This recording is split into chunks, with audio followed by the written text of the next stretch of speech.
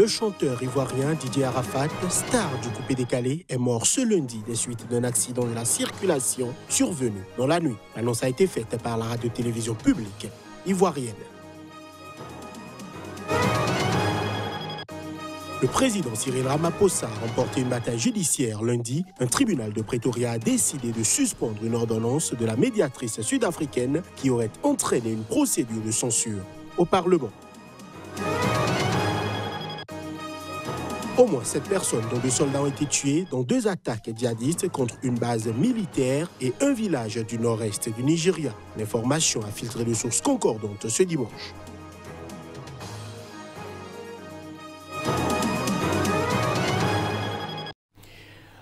Bonsoir à chacun, bonsoir à tous. Nous ouvrons cette édition par une nouvelle très triste.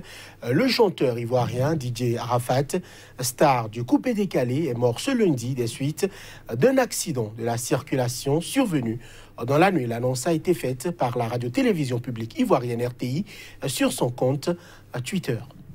C'était aux alentours de 23h ce 11 août quand la star ivoirienne de coupé-décalé Didier Arafat et un groupe d'amis prennent leur moto à Abidjan.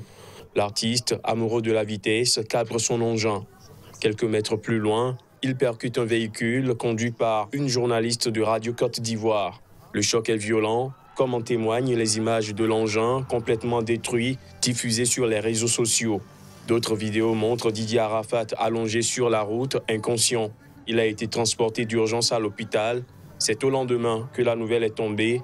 Décès de l'artiste Didier Arafat, de son vrai nom Ouan Ange Didier, ce lundi 12 août à 8h locale et GMT à Abidjan, a indiqué la radio-télévision ivoirienne sur son compte Twitter.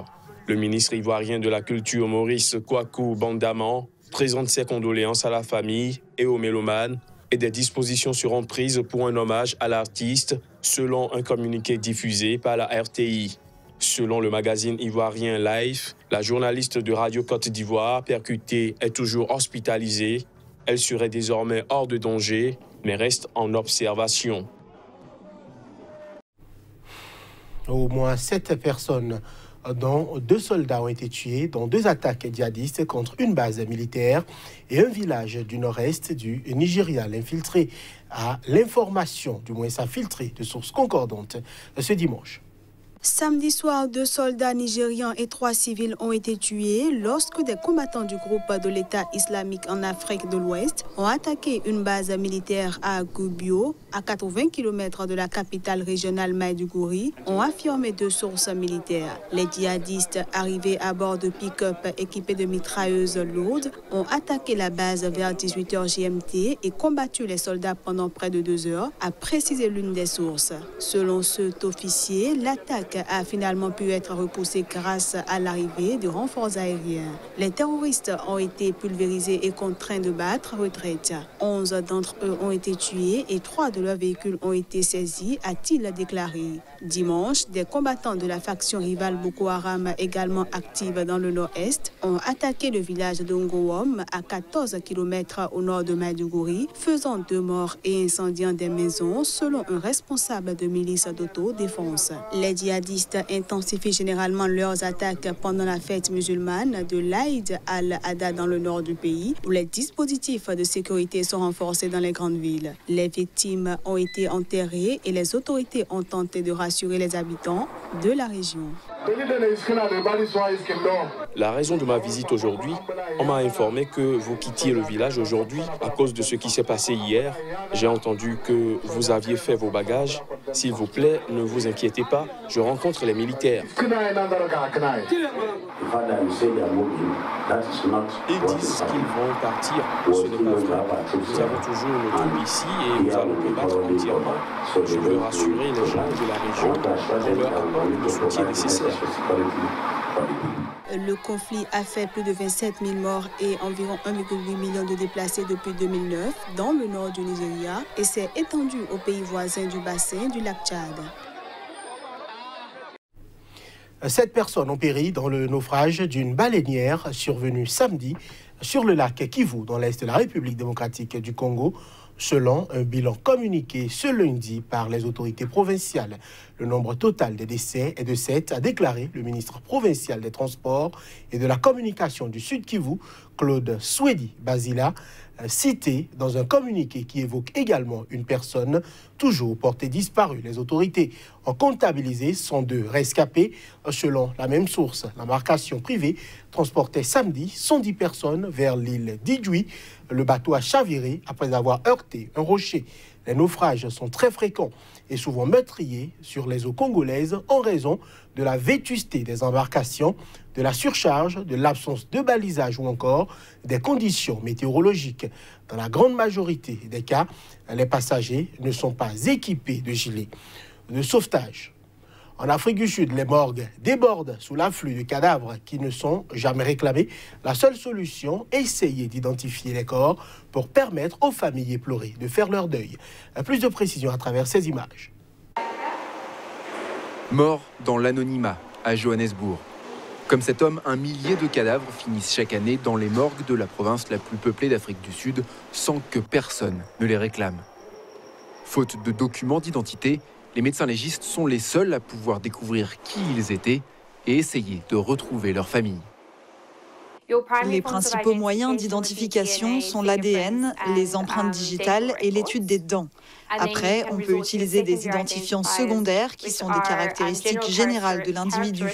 La couleur des cheveux, des yeux, la taille et le poids. En cas d'échec, et après un mois en chambre froide pour laisser le temps aux familles de se manifester, c'est le gouvernement qui prend en charge les funérailles. Aujourd'hui, les fossoyeurs de ce cimetière en lisière de Johannesburg enterrent 46 corps, sans personne pour les pleurer. La plupart de ces morts seraient des immigrés clandestins venus chercher du travail à Johannesburg. Les familles ne savent pas s'ils sont vivants ou morts. Ils ont parfois des nouvelles de la part d'amis, etc., des informations contradictoires. Et les parents souffrent de cette perte ambiguë, de ne jamais savoir s'ils sont vraiment morts. La Croix-Rouge travaille avec ces communautés pour essayer de réunir les migrants et les familles qu'ils ont quittées. Sampigna Ndou est arrivé en Afrique du Sud il y a plus de 40 ans et n'a plus revu sa famille depuis. La Croix-Rouge a retrouvé sa trace et fait venir sa sœur et son neveu du Zimbabwe. On a immigré ensemble en 1974. J'avais environ 14 ans. Puis je suis rentré en 1976 et j'ai laissé Sampigna ici. Depuis, je ne savais pas si Sampigna était vivant.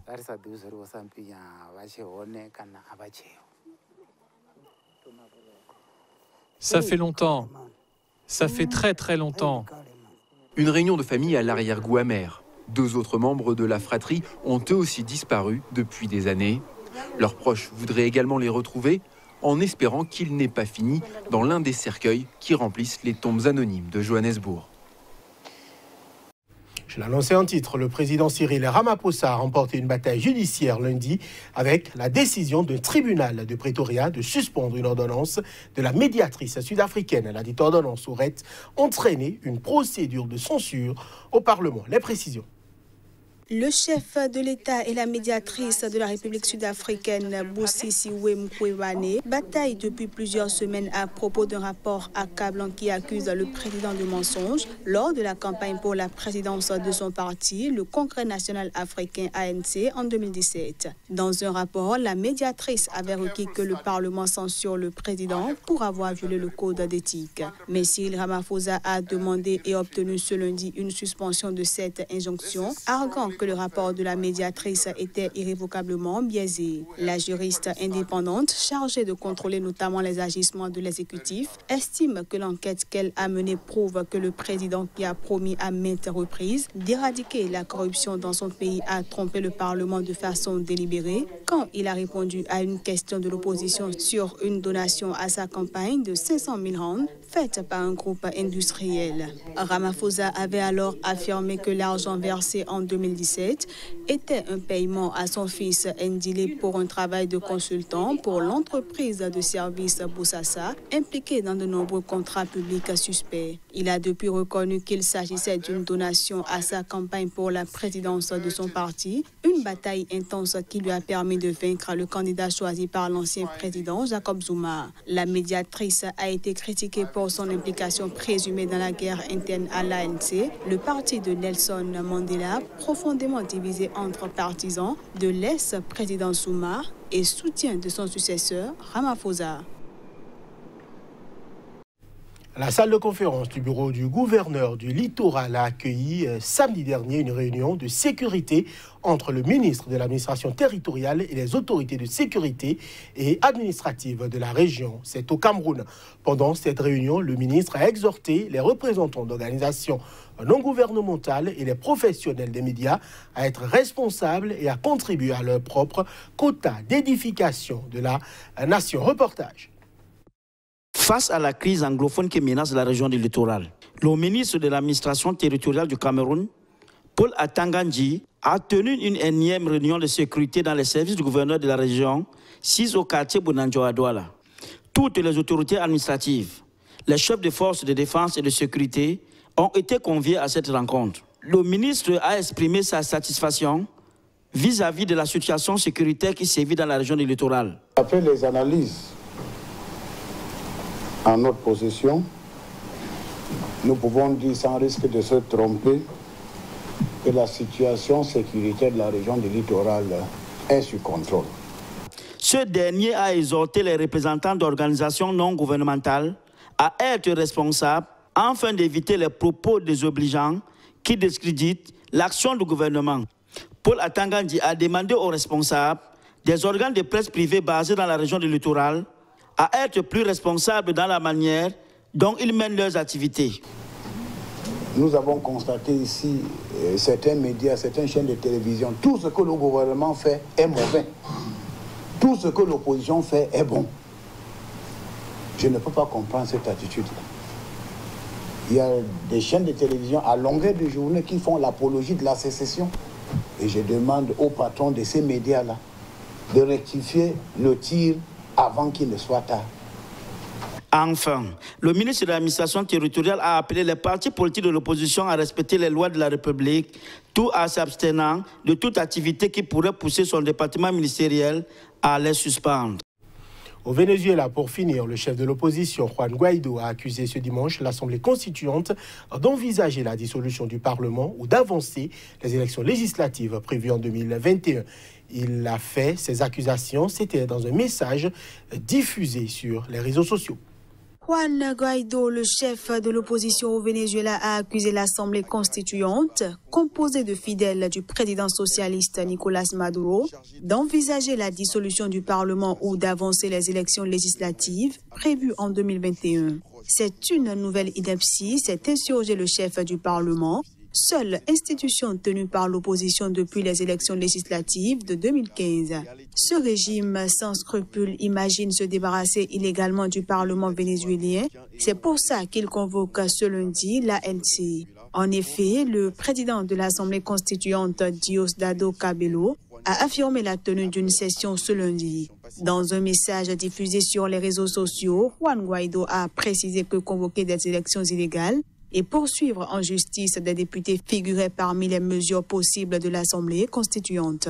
L'ANC, dotée des pleins pouvoirs, avait été élue en juillet 2017 lors d'un scrutin contesté afin de contourner le Parlement dominé par l'opposition, après des mois de contestation anti-Maduro qui avait fait 125 morts. Son mandat, prolongé en mai jusqu'à fin 2020, comprenait la rédaction d'une nouvelle constitution d'ici août 2019, mais aucun projet n'a été rendu public jusqu'à présent. Et voilà qui met terme à cette édition dont la nouvelle principale aura été bien évidemment le décès de l'artiste ivoirien DJ Arafat. Merci de nous avoir suivis.